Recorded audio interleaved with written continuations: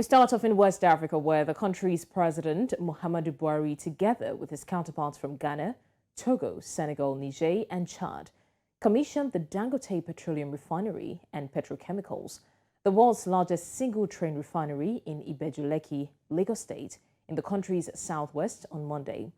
President Buhari used the opportunity to emphasize how important the refinery will be to the country's economy, especially in an economic hub like Lagos State.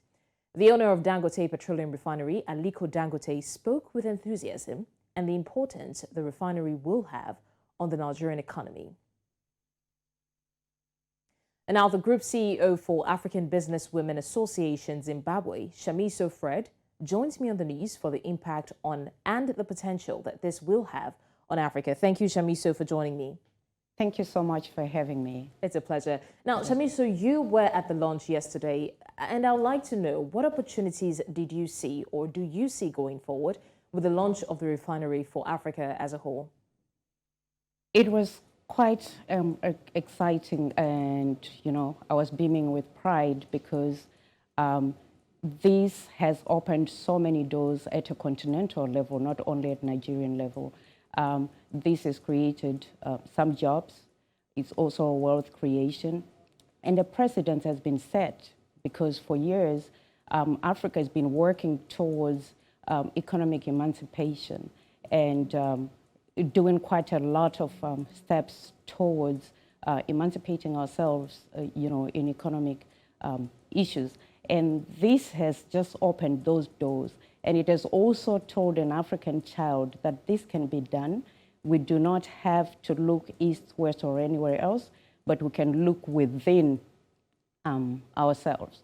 And the fact that we can now do value addition and beneficiation at continental level is very exciting because, again, like I've said, it has brought some continental consciousness to the African youth. Okay, Shamiso, I would also like to know, now, talking about the Africa Continental Free Trade Agreement, that's the AFCFTA. Right. What is the connection between that and this new refinery, bearing in mind that the AFCFTA has a single goal of building the world's largest market, and then the new refinery is, as they say, the world's largest single-train refinery. So what is the connection between the AFCFTA and the refinery? So by commissioning this refinery, it shows that now we have access to the whole value chain, all the petroleum products at continental level. Of course, there are quite a number of things that that still need to be done. It's work in progress, but as it stands, things like the tariffs, non-prohibitive rules in place. For instance, we need a borderless Africa and things like that. But at the moment, this is a step towards the right direction because what now needs to be done is to synergize the refinery, what it brings at continental level in terms of wealth creation and also what AFTA has always been, the African free trade has always been working on. That now needs to be synergized, and then we need to realize that being implemented as soon as possible. So there's been a conversation about fuel subsidy for the longest time in Nigeria, and the question on everybody's lips is, with this new refinery, there is an expectation that more oil will be produced. And so the question remains, if there is more oil, will it make sense to remove the subsidy at the end of the day? It does, because this is what we're talking about. All along, we've been looking at, importing the oil into the continent. But now that this is being done at continental level and within Nigeria itself, it really does not make much sense to continue with the subsidies. So hopefully there's going to be some exemption of sorts at that level. Well, hopefully so. And finally, in your opinion, what else do you think African leaders can do to boost trade across Africa? There's quite a lot of buy-in. We are looking into having a cohesive whole approach to how we can revive African economy. But that also, needs a lot of political willpower from our leaders.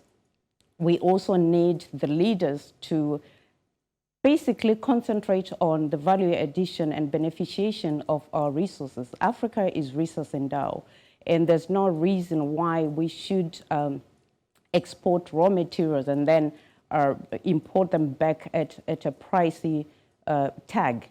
So we need to make sure, or the leadership rather, they need to make sure that we continue the beneficiation and value addition. And Dangote has shown that this can be done, and the time is now. The other thing is we also need to make sure that the private sector, which is mainly pro-growth, needs to be involved and at policy making level, because most of the time we find that the policies are being made at ivory tower, and you are then advised to just implement, and there are challenges that come with that.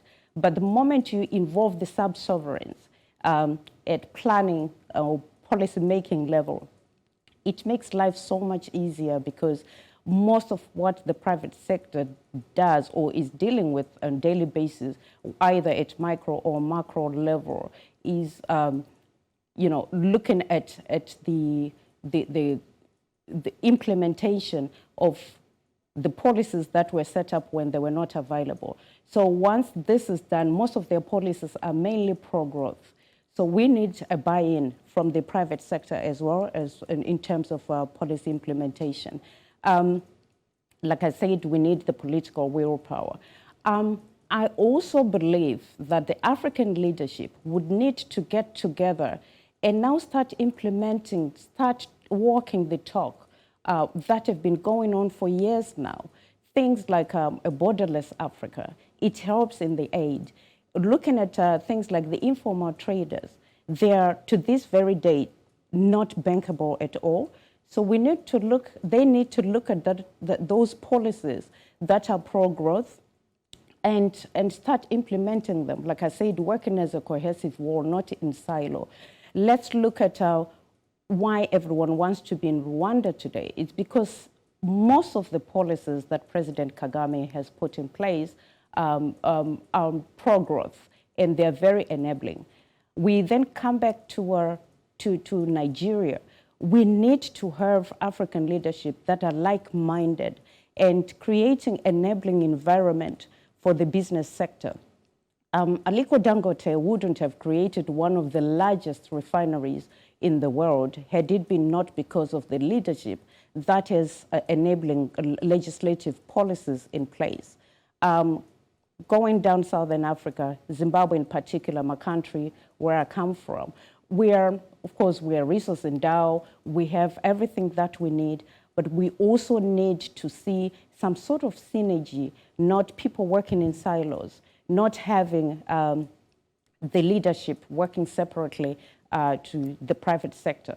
So if we were to be brought together and work together, not in silos, but as an African continent in the leadership with pro-growth, pro-wealth creation policies, I think we'll have a better Africa.